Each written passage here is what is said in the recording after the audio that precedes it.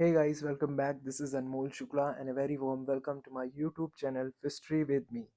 And today we are going to talk about this fifth semester subject of yours, General English.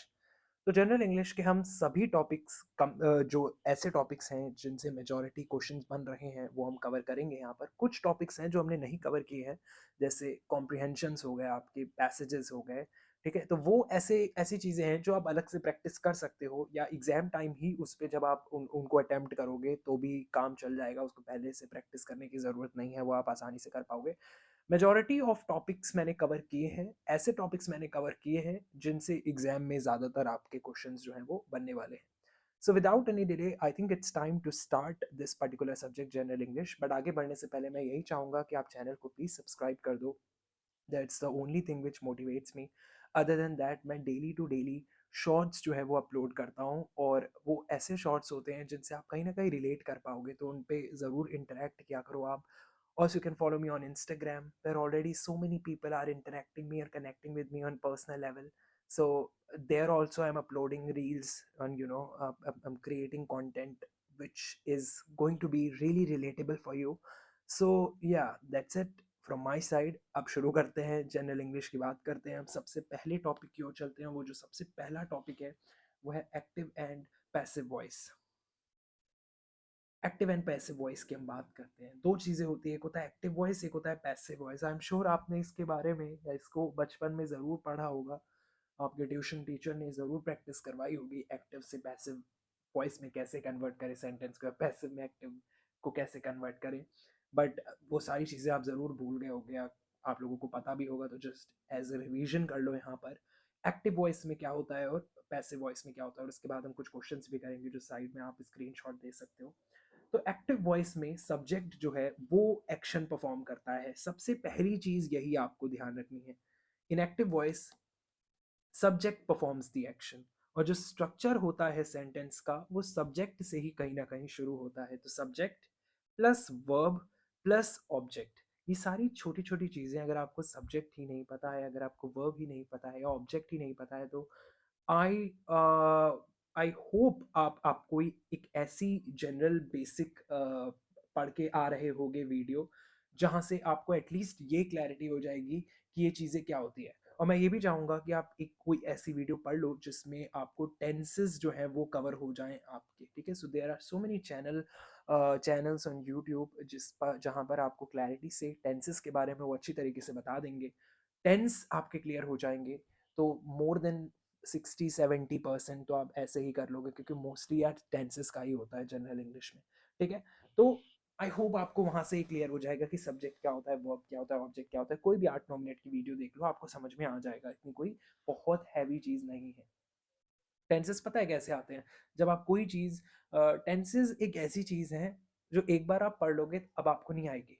But आप जब sentences देखोगे उसमें कोशिश किया करो कि हाँ, इसमें ये टेंस लग रहा है, या इस तरीके से हम टेंस को अप्लाई करते हैं, ये रूल लग रहा है ग्रामर का।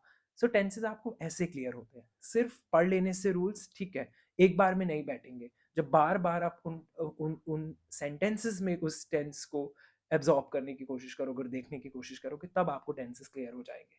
टेंसेस स्टार्टिंग से ही लोगों के दिमाग में ये रहता है कि भाई हमें टेंस क्लियर नहीं होते हैं, और टेंसेस एक बेस है। इंग्लिश इंग्लिश का हमें पता है, ग्रामर क्लियर करता है आपकी। आपको टेंसेस ही नहीं पता है तो आपकी इंग्लिश लैंग्वेज ठीक है आपको धीरे धीरे आ जाएगी, बट फिर भी आपको पता होना चाहिए टेंस क्या होते हैं, क्योंकि आप करेक्ट ग्रामेटिकल सेंटेंस उसी वजह से बना पाओगे।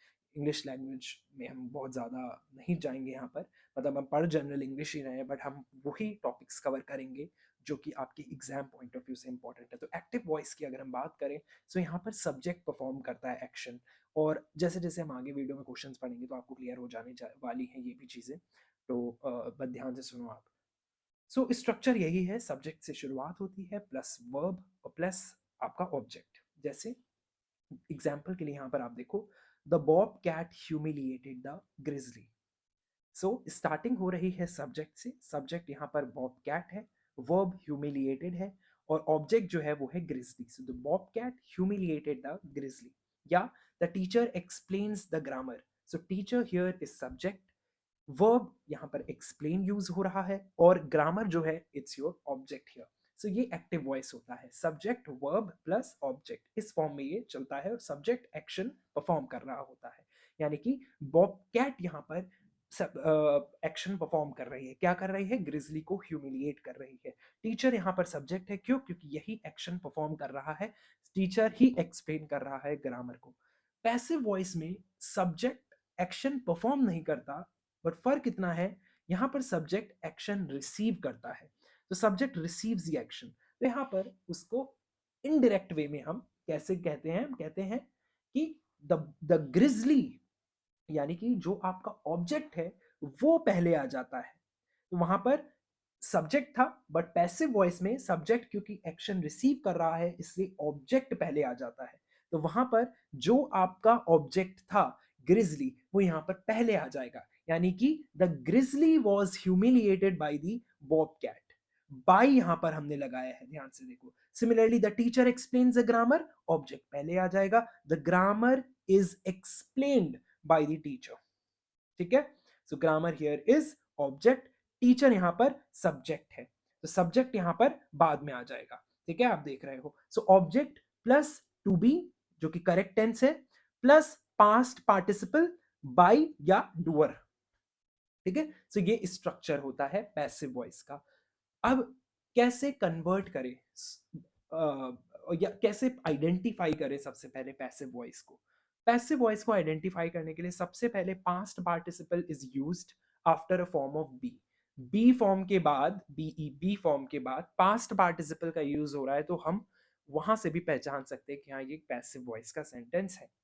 It is often include by, जैसा कि आप देख सकते हो दोनों ही सेंटेंसेस यहाँ पर बाई दोनों में है, सो बाई जरूर इंक्लूड होता है।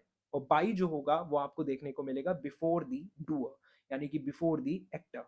लाइक यहाँ पर बाई आया है बिफोर द डूअर, जो कि यहाँ पर इस स्पेसिफिक केस में बॉब कैट थी, और यहाँ पर teacher. So before the doer और द एक्टर यहाँ पर आपको बाई का इस्तेमाल देखने को मिलेगा, तो उससे भी आप पहचान सकते हो पैसिव वॉइस को। और तीसरा, एक्टर में नॉट ऑलवेज बी मेंशन, जरूरी नहीं एक्टर हमेशा मेंशनड हो।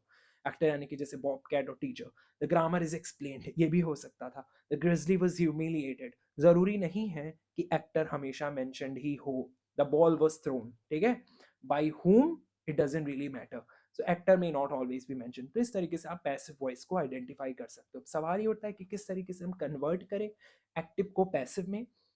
तो सबसे पहले आप सब्जेक्ट वर्ब और ऑब्जेक्ट देखो सेंटेंस का क्या है, यानी कि SVO देखो, सब्जेक्ट क्या है, वर्ब क्या है, ऑब्जेक्ट क्या है। then make the object the new subject, because you are converting into passive and we know the structure of passive, that first it starts with object, so whatever the object is you have to make the object the new subject। object is going to be your new subject in case of passive, and you have to use be in the correct tense। be का इस्तेमाल करना है सही tense में, plus whatever the past participle of the verb is। like for example explained हो गया किसका, explains का, so use be in the correct tense plus past participle of the verb, and by को आपको add करना है plus the old subject which is optional। ठीक है, जैसे for example the chef cooked the dinner, passive में हम इसको कैसे लिखेंगे, first of all the object is dinner here, so dinner becomes your new subject, so the dinner was cooked by the chef. यहाँ पर आप देखो बाय का भी यूज हुआ है, so the dinner was cooked by the chef is going to be your correct passive sentence. I hope आपको clear है कि एक्टिव एंड पैसिव वॉइस की कुछ चीजें किस तरीके से कन्वर्ट कर सकते हैं, क्या होता है एक्टिव वॉइस और पैसिव वॉइस, और किस तरीके से हम पैसिव वॉइस को पहचाने। अब ये कुछ क्वेश्चन ये हैं यहाँ पर कि how to change active voice to passive voice. Like for example the boy kicked the ball, तो बॉल यहाँ पर क्या है, बॉल यहाँ पर आपकी सब्जेक्ट है, तो सब्जेक्ट ऑब्जेक्ट है, तो ऑब्जेक्ट जो है वो पैसिव वॉइस में आपका नया सब्जेक्ट बन जाता है। So the ball was kicked by the boy is going to be the correct sentence here। Similarly, the gardener waters the plants, the plants are watered by the gardener।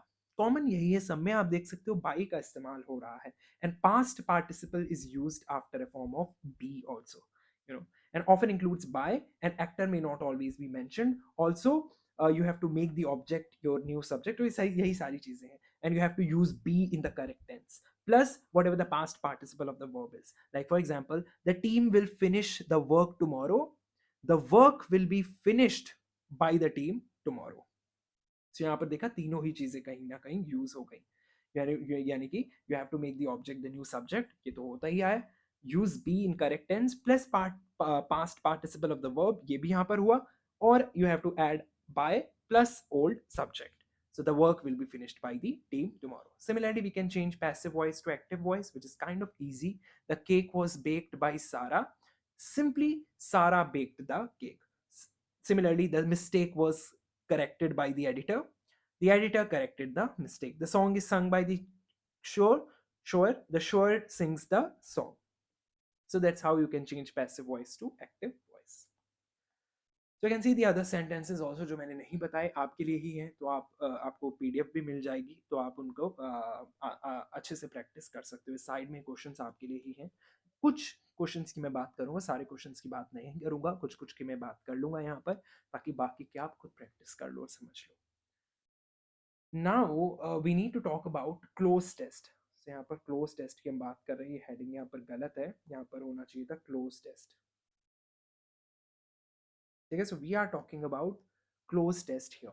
Now cloze test is nothing but it is a type of language exercise or question that checks your understanding of grammar. Again ये check करता है कि आपकी grammar कितनी सही है, आपकी vocabulary कितनी अच्छी है, context आपका कितना सही है।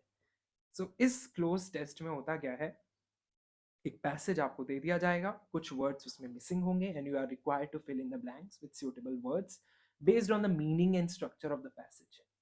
अब क्यों इंपॉर्टेंट है क्लोज टेस्ट, आपको बेस क्लियर होना चाहिए पहले तो क्वेश्चन करने से पहले। ये इंपॉर्टेंट इसीलिए है क्योंकि ये आपकी रीडिंग कॉम्प्रिहेंशन स्किल्स को इवेलुएट करता है, देखता है कि आपको टेंसेस आते हैं कि नहीं, आपको प्रेपोजिशंस आते हैं कि नहीं, आर्टिकल्स आते हैं कि नहीं।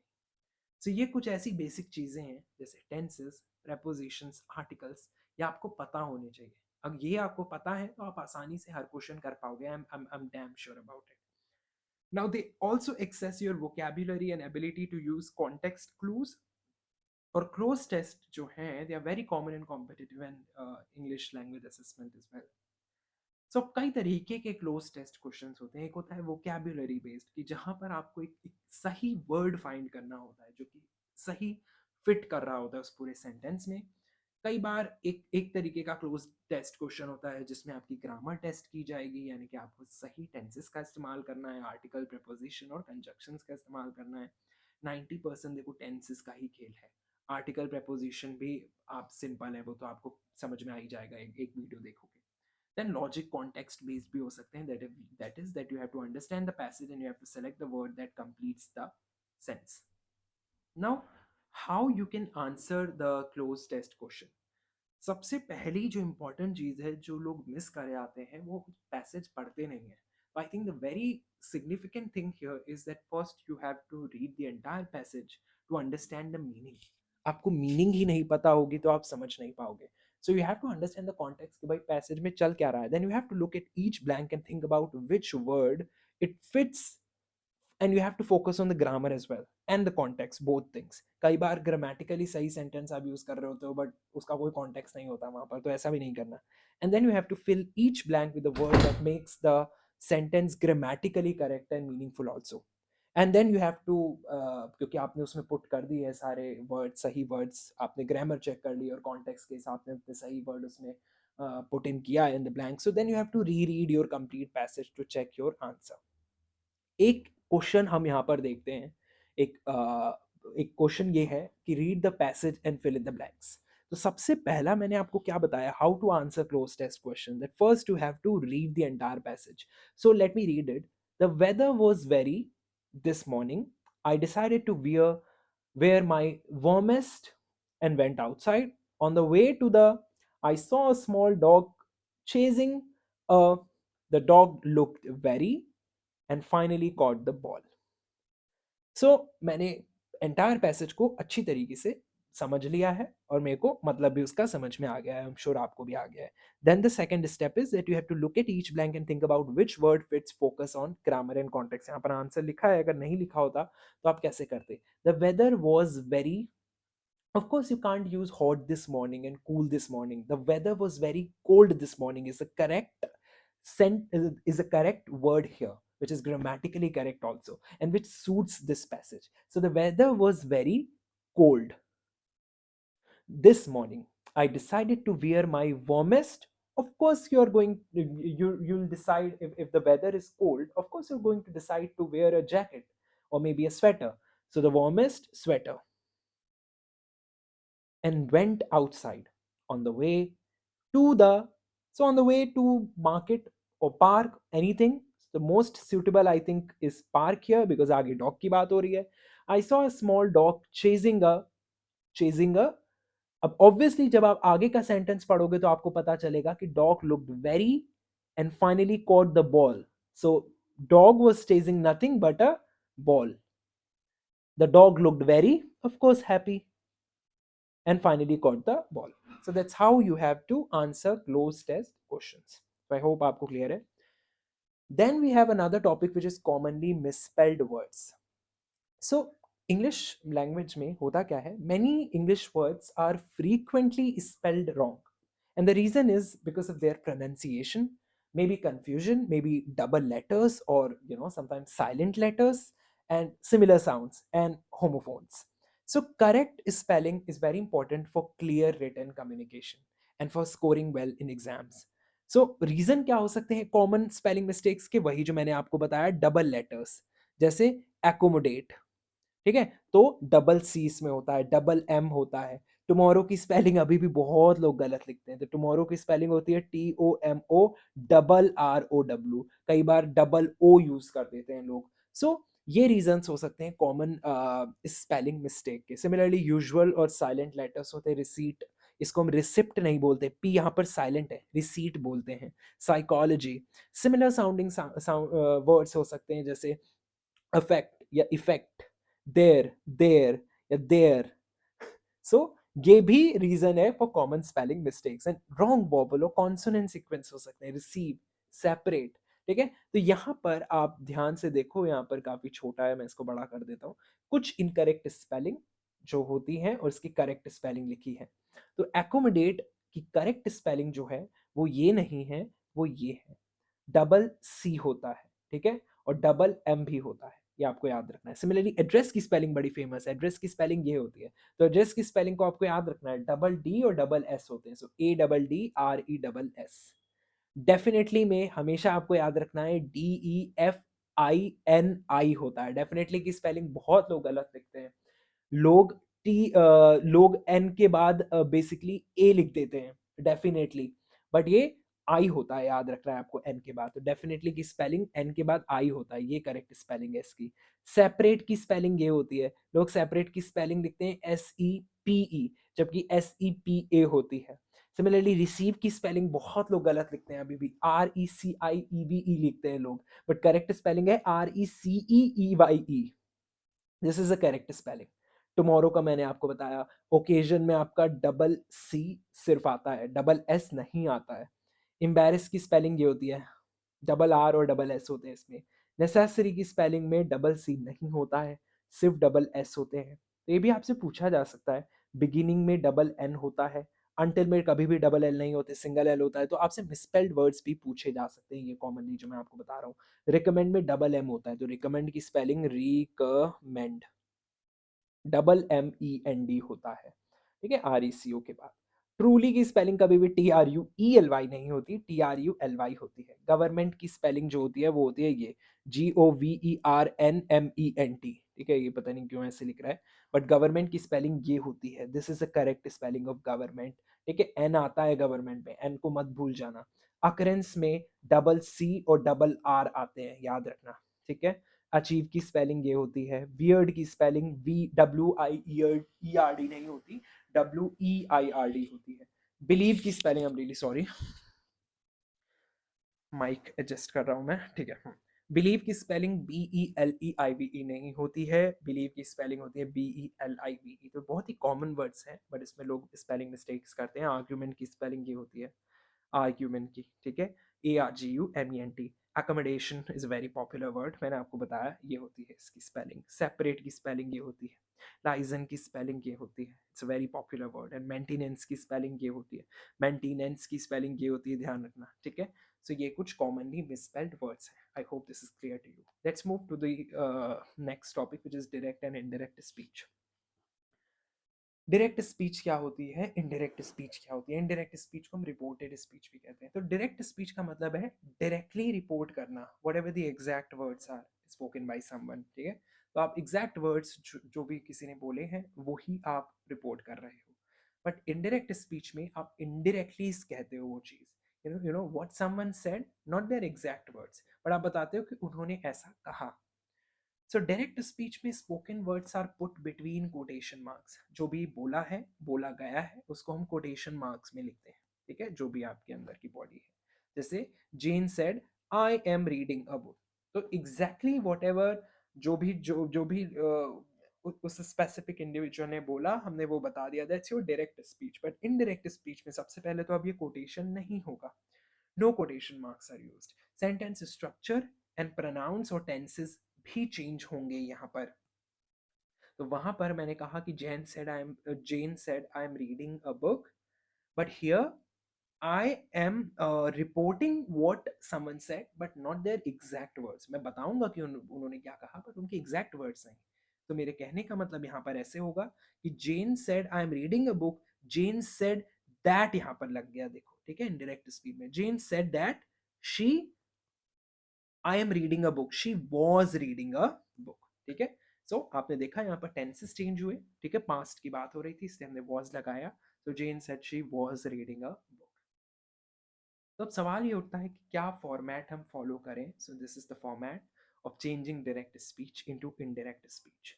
सबसे पहले तो कोटेशन मार्क्स रिमूव कर दो, सबसे सिंपल चीज। दूसरा, change the pronouns wherever necessary, जहां पर भी जरूरत हो प्रोनाउंस को चेंज करो।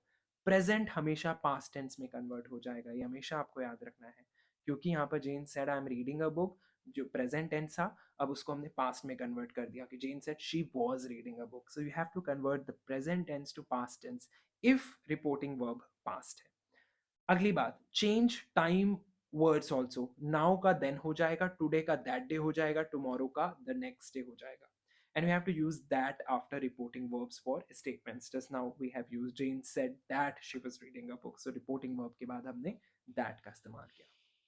कुछ स्टेटमेंट्स ये हैं, हम इसको कन्वर्ट करने की कोशिश करते हैं। जैसे डायरेक्ट जो है वो है अना सेड आई लव चॉकलेट। अना ने कहा कि उसे चॉकलेट पसंद है, ठीक है, एग्जैक्टली हमने बता दिया, that is a reason it is a direct speech. Indirect क्या होगा, अना सेड दैट इस्तेमाल किया है हमने, ठीक है। दैट का इस्तेमाल हम करते हैं after the reporting verb for statement. So Anna said that she, और क्योंकि हमें पास्ट में बदलना है प्रेजेंट को, सो यहाँ पर Anna said that she loved chocolate, love का लव्ड हो गया, ठीक है। Similarly Mark said we are playing football, Mark said that they were, we का दे हो गया, pronouns also we have to change, we का दे हो गया कि दे वर प्लेइंग फुटबॉल, ठीक है। I hope you got the idea किस तरीके से आपको कन्वर्ट करना है डायरेक्ट को इनडायरेक्ट में, ठीक है। सिमिलरली यहाँ पर आपको दो एग्जांपल्स दिए हैं, यहाँ पर भी दो एग्जांपल्स दिए हैं। सो आई होप इन एग्जांपल्स को आप पॉज करके ध्यान से समझोगे और फ्रेम करने की कोशिश करोगे और समझने की कोशिश करोगे कि किस तरीके से ये रूल्स यहाँ पर अप्लाई हो रहे हैं, क्योंकि इसी तरीके से आप इंग्लिश लैंग्वेज को समझते हो। आगे चलते हैं और हम बात करते हैं एडिटिंग की। एडिटिंग जो है, it is the process of checking and improving your writing by finding and correcting errors, improving clarity and ensuring your writing is accurate and effective. तो इसमें भी grammar, spelling, punctuation, word choice, sentence structure, logical flow, ये सारी चीज़ें होती है ना। What does editing involve. Editing में क्या क्या होता है। एडिटिंग में होता है कि हमें ग्रामर मिस्टेक्स को करेक्ट करना है, टेंस को, सब्जेक्ट वर्ब एग्रीमेंट क्या है, सेंटेंस फ्रेगमेंट्स क्या है, you have to correct those grammar mistakes. then comes fixing the spelling and punctuation error, whether or not उसमें spelling mistake है या नहीं। You have to improve sentences structure also for flow and clarity. You have to replace awkward or unclear words and phrases, and you have to ensure that logical order is there and organization is there in paragraphs. Common error types जो आपको दिखते हैं, these are very common, और यहाँ पर मैंने लिखे हैं, इंपॉर्टेंट है, ध्यान रखना, आपको एग्जाम में दिख सकता है। वर्ब टेंस एरर बहुत देखने को मिलते हैं, जैसे शी गो टू स्कूल, होना क्या चाहिए, she goes to school. Verb tense error हो सकते हैं। सब्जेक्ट वर्ब एग्रीमेंट एरर हो सकते हैं, जैसे the dog barks, the dogs bark, correct होना चाहिए, द डॉग्स बार्क्स नहीं होता, the dogs bark. Subject verb agreement rule आपको याद होना चाहिए. मिसस्पेल्ड वर्ड्स डेफिनेटली का डेफिनेटली ये भी एडिटिंग में आपको ध्यान रखना है. पंक्चुएशन मिस्टेक हो सकती है, जैसे हो सकता है लेट्स ईट ग्रैंडमा, हमेशा लेट्स को ऐसे लिखा जाना चाहिए एंड देन कॉमा यूज होना चाहिए. तो पंक्चुएशन मिस्टेक पर भी ध्यान देना है एडिटिंग में. रन ऑन सेंटेंसेस जैसे ही रैन ही fail, he ran and he fell. So run on sentences, you have to keep in mind where you have to put comma and then where you have to put full stop and how you have to frame sentences. It should be logical also. Incorrect articles or prepositions तो use नहीं हो हैं, जैसे she is teacher का she is a teacher होना चाहिए. Redundant or unnecessary word like he returned back home. He returned home is enough. Back home, he returned, return हो रहा है तो back लगाने की क्या जरूरत है. So he returned home. So redundant or unnecessary words का भी आपको ध्यान रखना है while seeing the editing passage. Now, how you're going to edit effectively? First, you have to read the passage very slowly and carefully. Then you have to check basic grammar and spelling. If there are any basic grammar mistakes, you have to sort them out. Then you have to look for one error type at a time. Like for example, you can check for word tense, then punctuation, then misspelled words, then run-on sentences, incorrect articles or prepositions, and then redundant or unnecessary word, and that's how you can complete the entire passage, you know. और अब check भी हो जाएगा आपका कि भाई कहीं पर कोई गलती नहीं है. Then you also have to ask if every sentence makes sense and reads smoothly. So you have to ask yourself कि भाई sense है कि नहीं sentence में. Then you have to cut out repetition and extra words. You have to improve word choice for clarity and correctness, and you have to read your work aloud to spot awkward phrases. So that's how you can work on editing questions. These are some idioms and phrases. This piece of cake is very popular, something which is very easy. So that this particular task is a piece of cake for me. It means it is very easy for me. Like passing the test was a piece of cake. So idiom आपको याद रखना है, idiom या phrase. Then break the ice. Break the ice मतलब ice break करना, मतलब जो ice breakers होते हैं कहते हैं वो क्या होते हैं, लोगों को, so that people can get to know each other, maybe to start a conversation in a strange group, you know, where you don't know one another. So he told a joke to break the ice. So that's how you can use this. Hit the nail on the head. It means to describe exactly what is causing a problem. You can see here example as well. You can read it.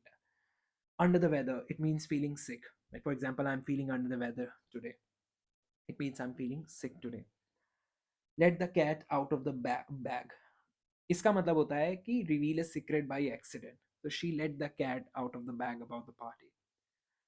Once in a blue moon, ये आपको बहुत popular है. Once in a blue moon मतलब जो काफी rarely देखने को मिले. Like for example, we go out for a dinner once in a blue moon. बहुत कम जाते हैं हम, ठीक है. Kill two birds with one stone. तो क्या नाम था उसका, दो दो तीर से एक निशाना, ऐसे कुछ था ना, एक एक कुछ तो था ऐसा, ठीक है. तो वही है ये, kill two birds with one stone. ठीक है, यानी कि two problems are solved at once. Like for example, by shopping on my way home, I killed two birds with one stone. The balls is in your court. The ball is in your court का मतलब है it's your turn to act or make a decision. ठीक है, the ball is in your court. You know the fact, so the ball is in your court. These are very good, or you know, a very good idioms to use in sentences. और आपके sentences की भी ये कहीं ना कहीं वक़्त is, I don't think so it's a right word to use here, but हाँ आपके fancy बनाने के लिए आपके sentences को भी ये काफी important है, I would say. So similarly, burn the midnight oil and blessing in disguise. Blessing in disguise is very popular. It means something good that wasn't recognized at first. You know, losing that job was a blessing in disguise. क्योंकि उस time पे मेरे को लग रहा था कि it's not good, but it was actually a blessing in disguise. क्योंकि वो नहीं जाती तो ये कैसे आती? Job की बात कर रहा हूँ मैं, ठीक है? So idioms and phrases हो गया आपके. Then there are questions related to jumble words and sentences also, जो कि आपको जब आप इंग्लिश के एग्जाम्स होते होंगे आपके स्कूल टाइम में भी, आपको जंबल सेंटेंसेस बहुत देखने को मिलते थे, ठीक है. बड़ा दिमाग खराब होता था उनको करते वक्त. So letters of a word, एक होते हैं जंबल वर्ड्स, एक होते हैं जंबल सेंटेंसेस. सो वर्ड्स में लेटर्स जो है वो शफल किए जाते हैं and you must rearrange them to make a correct word. और सेंटेंसेस में क्या होता है कि पूरे के पूरे सेंटेंसेस होते हैं और मिक्सड अप होते हैं वर्ड्स और segments, and you must reorder them, you know, to create a logical and grammatically correct sentence. इनकी ट्रिक होती है, ठीक है, जो हमें नहीं पता थी उस टाइम, आई थिंक जब हम जब सेंटेंसेस करते, तो ये होती है इसकी ट्रिक. सबसे पहली ट्रिक ये होती है कि हमेशा फाइंड करो सब्जेक्ट, वर्ब और ऑब्जेक्ट को. दूसरी चीज, हर सेंटेंस जो है it makes sense only if these core parts are found and ordered. तो सबसे पहले इनको ऑर्डर में रखो, subject, verb and object. Look for first word clues. Proper sentences जो हैं वो हमेशा स्टार्ट होते हैं with a capital and a subject और a time markers like today, yesterday, so mostly ऐसा ही होता है, ठीक है, मोस्टली केसेस में या तो सब्जेक्ट से स्टार्ट होंगे या तो कैपिटल से या time markers like today yesterday से, अगर वो है तो you have your first word. Words जैसे एंड हो गया, बट हो गया, देन हो गया, वी ऑल नो, इफ हो गया, एटसेट्रा हो गया, they are rarely first in a sentence, so you all know कि फर्स्ट तो नहीं हो सकते, मिड में ही जाएंगे कहीं ना कहीं। लॉजिकल सीक्वेंस होना चाहिए, तो इसमें आपको बड़ा ही ट्रिक्स के साथ काम करना होता है जब आपको इस तरीके से वर्ड देखने को मिलते हैं। Events or action, it should flow logically also from start to end, not backwards. So from start to end you have to check, and you have to check endings. A sentence will often end with the object, place or time, or a full stop.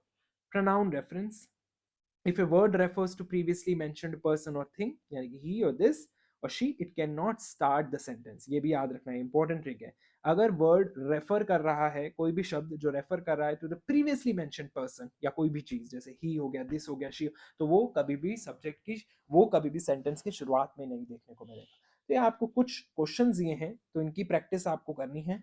ये आप एक बार पढ़ना, मैंने basic आपको बता दिया, trick आपको बता दिया, these are the practice question जो कि आपको प्रैक्टिस करनी है, और भी क्वेश्चंस आपको प्रैक्टिस करनी है। Let's quickly move to multiple meaning words. कई सारे ऐसे वर्ड्स होते हैं, सिंगल वर्ड्स होते हैं दैट हैव टू और more meanings depending on the context in which they are used. Like for example, एक मेरे दिमाग में आ रहा है जो यहाँ पर लिखा भी है, बैट। तो एक बैट होता है जो कि आप बोलते हो बल्ले को, बैट जो होता है क्रिकेट में जो बैट होता है, और bat is also a flying animal, ठीक है, जो बैट होता है, चमगादड़ जिसे हम कहते हैं। सो इनको हम होमोनिम्स कहते हैं, यानी कि they are spelled and pronounce the same, इनको स्पेलिंग इनकी सेम है, इनको प्रोनाउंस सेम किया जाता है, but they have different meanings. एक होते हैं होमोग्राफ्स। होमोग्राफ्स का क्या होता है, they are spelled the same but they may be pronounced differently and their different meanings. Like for example, lead, this is to go in front, और it is also a type of metal.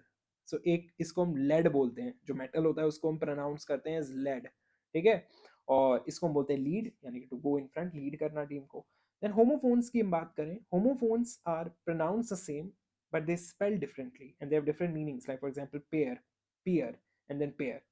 So they can be pronounced almost the same but spelled differently. तो देखो आप तीनों की spelling कैसी अलग है, ठीक है? So they are very confusing, multiple meaning words.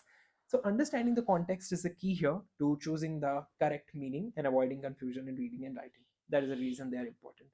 आप देख सकते हो एक ही वर्ड है bark, इसकी different meaning है। bark हम उसको भी बोलते हैं जो डॉग साउंड देता है, ठीक है, the sound a dog makes, that is also bark, और बार्क ट्री की भी बार्क होती है, आउटर कवरिंग, ठीक है।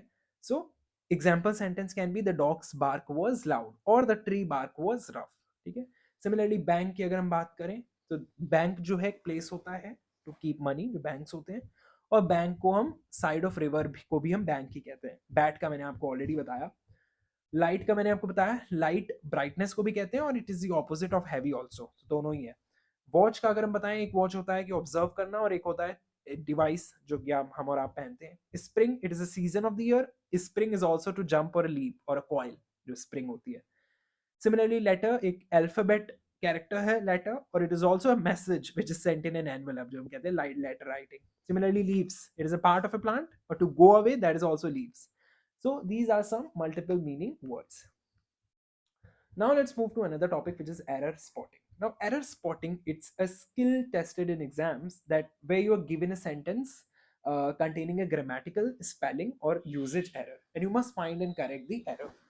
So common errors यहाँ पर होते हैं, subject verb का agreement कि go to school, teacher mistakes, tenses mistake हो सकती है, I'm really sorry, tenses mistake हो सकती है, teacher से तो अभी mistake हुई। टेंस मिस्टेक जो हो सकती है, she eat breakfast yesterday, she ate breakfast yesterday होना चाहिए। Wrong preposition, he is good in math, he is good in maths। spelling errors, receive instead of receive, wrong word usage, multiple meaning और confusing words। So this how you can spot error। अगर आपको पता है क्या errors हो सकते हैं, इस तरीके के कुछ common errors आपको देखने को मिल सकते हैं आपके एग्जाम में। But how to spot errors exactly? Is there any tips? So yeah, we have. You have to read the entire sentence। हर चीज में देखो पढ़ना तो है ही, सबसे पहले ऑब्जर्व करना है सेंटेंसेस को, तभी तो आप recognize कर पाओगे error. So first you have to read the entire sentence carefully for meaning and flow। Then you have to check verb forms and agreement। You have to look for commonly confused words, like for example there, they are। Watch out for wrong prepositions and articles, and spot misspelled modifiers and word order mistakes। Again I'm saying tense, then articles, then prepositions, ठीक है, tense हो गया, articles हो गया, preposition हो गया, और एक और टॉपिक है सब्जेक्ट वर्ब एग्रीमेंट। ये प्रायोरिटी में ये 4 टॉपिक्स आपको पढ़ने हैं, ठीक है? तब ही आप पूरी तरीके से परफेक्ट हो पाओगे इस पर्टिकुलर एग्जाम के लिए। So these are the 4 topics that you have to study. और ये, अब मेरा मतलब समझना, ये सिर्फ ज़रूरी नहीं है जनरल इंग्लिश के लिए, ये आपकी जनरल इंग्लिश जो daily to daily regular English है उसके लिए भी हेल्पफुल है। कल को आप जाओगे ग्रेजुएशन के बाद या पोस्ट ग्रेजुएशन के बाद इंटरव्यू में हिंदी में बात नहीं कर सकते हैं हम। देखो, reality is you have to speak in English. So आपको पता होना चाहिए कि आपको किस तरीके से फ्रेम करने हैं अपने सेंटेंसेस। कॉन्फिडेंस एक अलग चीज़ है और एक सही सेंटेंस बोलना, देखो गलत ठीक है, हम कहते हैं कि भाई गलत सेंटेंस बोलो, लेकिन बोलते रहो। इसलिए बोलते हैं ताकि आप लर्न करो, and you learn by mistakes only. So ये आपके लिए ना, मैं कहने का मतलब मेरा यही है कि ये सिर्फ इस पर्टिकुलर एग्जाम के लिए इंपॉर्टेंट नहीं है, ये जनरल भी इंपॉर्टेंट है। आपको पता होना चाहिए कि सब्जेक्ट वर्ब अग्रीमेंट क्या है। This is really significant. आपको टेंस के बारे में पता होना चाहिए। और फिर रोज अगर आप सेंटेंसेस देखोगे, आप लोगों को इंग्लिश बोलते हुए देखोगे, आप खुद कनेक्ट कर पाओगे with the tense, with the subject verb agreement that you have studied, with the articles, with the prepositions, and you will learn. It's not that कि भाई आप एक दिन में लर्न कर लोगे, धीरे धीरे बट कर लोगे। But English is very significant, because ultimately job वही डिसाइड कर, मतलब जॉब बहुत सारी चीज़ें डिसाइड करती है ultimately, but English is also one of them.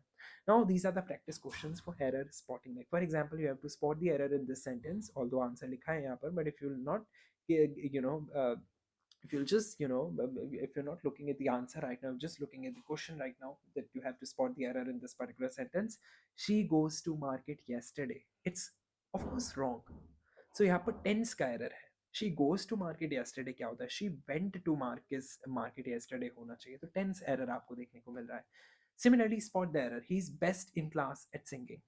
he is, यहाँ पर article missing है, ठीक है? तो he is the best in the class, at singing। Similarly, यहाँ पर the leaves are falling from the trees, the leaves are होना चाहिए falling from the trees। so spelling error है, leaves नहीं होता है, leaves होता है। he bought 2 pair of shoes, wrong plural form use हो रहा है।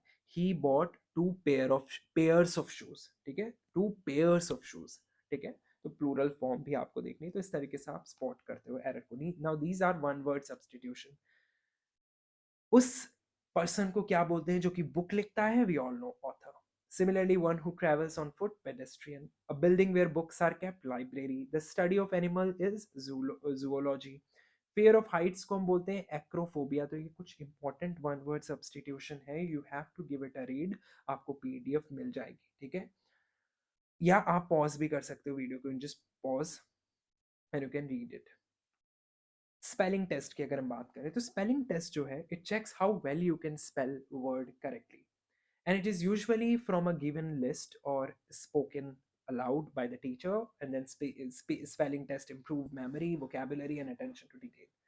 So how to prepare for this particular topic, that is spelling test? First of all, sabse pehle you have to study word list a few words at a time for better focus. Then you have to use flashcards, like write the word on one side and the meaning on, or example sentence on the other. You can just create sticky notes also, of the sentences, and then it say and spell, write each word multiple times। ये सारी चीजें practice की होती हैं, and you can break words into syllables, ठीक है? सही उसको सही तरीके से उसको स्पेल करने के लिए। And yeah, these are all very common or basic things जो कि आप read कर सकते हो। For example, write the correct spelling. What is the correct spelling here? Receive or receive, हम already पढ़ चुके हैं। This is the correct spelling, RECEIVE होता है। Filling the blanks के शक्ल में भी आ सकते हैं। The definite answer is yes। The definitely answer is yes, of course definite यहाँ पर जा रहा है, spelling भी सही है। Find and correct the spelling error। The doctor prescribed the medicine, prescribed होना चाहिए, ठीक है? Dictation, teacher says accommodate, you know the correct spelling of accommodate now, हम पढ़ चुके हैं अभी। डबल सी और डबल एम यहाँ पर यूज होता है। And you have to use the word embarrass in a sentence and spell it correctly। So I didn't want to embarrass my friend by laughing, or that's how we have corrected the, we have spell it correctly also। Spelling में क्या होता है? EMBA, double R A double S, ठीक है? तो double R और A double S use होता है, इस तरीके से embarrass लिखा जाता है। These are popular synonyms and antonyms आपके एग्जाम में आ सकते हैं। सिनोनिम्स मतलब काइंड ऑफ सेम वर्ड, और एंटोनिम जो होता है वो होता है ऑपोजिट। सो अबेंडन को, अब अबेंडन का एक सिमिलर वर्ड लीव भी होता है, हम कह सकते हैं अबेंडन, हम कह सकते हैं लीव। सिमिलरली ब्रीफ को शॉर्ट भी बोलते हैं, ठीक है। और एंटोनिम क्या होगा? लेंदी। एक्यूरेट का जो सिनोनिम होगा वो होगा करेक्ट, यू नो। और एंटोनिम यानी कि ऑपोजिट जो होगा इनएक्यूरेट। तो नॉर्मली एंटोनिम और ऑपोजिट जो होता है वो इजी होता है। सिनोनिम सेम वर्ड आपको पता होंगे बहुत सारे के, बट ये कुछ इंपॉर्टेंट हैं जो कि आपको याद रखने हैं। तो इस पेज में भी हैं और यहाँ पर भी कुछ और सिनोनिम्स हैं सिर्फ, तो वो भी आपको याद रखने हैं। तो इनको पॉज इट और you will get the PDF also, so you can definitely give it a read. There is no point here कि मैं एक एक आपको बताऊं, वो वीडियो अल्टीमेटली बड़ी हो जाएगी। You can just give it a read, ये काम खुद करने के होते हैं, to be really honest. These are some vocabs जिनकी मीनिंग यहाँ पर लिखी है और उनके सेंटेंसेस भी लिखे हैं, किस तरीके से आपको उनको फ्रेम करने हैं। जैसे एस्पायर, एस्पायर का मतलब होता है टू एम और seek, this are very good words. Consensus का वर्ड होता है जनरल एग्रीमेंट होना चाहिए, so the team reached consensus quickly. किस तरीके से हम इस्तेमाल कर सकते हैं सेंटेंस में, वो भी यहाँ पर लिखा है। डेलीगेट का मतलब होता है टू असाइन टास्क। इंसेंटिव का मतलब होता है समथिंग इनकरेजिंग। लाइबल का मतलब होता है legally responsible. Novice is very good word, इसका मतलब होता है beginner, so the novice improved very quickly. proficient is skilled। reimburse मतलब pay back money। venture मतलब risk undertaking। viable मतलब possible or workable, so the plan is not financially viable, it means not possible or workable। so yeah, that's it। तो ये कुछ ऐसे topics थे और ये कहीं ना कहीं एक स्पार्क क्लियर करते हैं आपको, एक स्पार्क क्रिएट करते हैं, आई एम रियली सॉरी, और एक क्लैरिटी देते हैं आपको इंग्लिश लैंग्वेज की। सो मैं वही कहूँगा जो मैंने अभी थोड़ी देर पहले आपसे कहा था। ये वीडियो और क्वेश्चंस प्रैक्टिस करो प्रीवियस ईयर के, और ये 4 टॉपिक जरूर करना, देन यू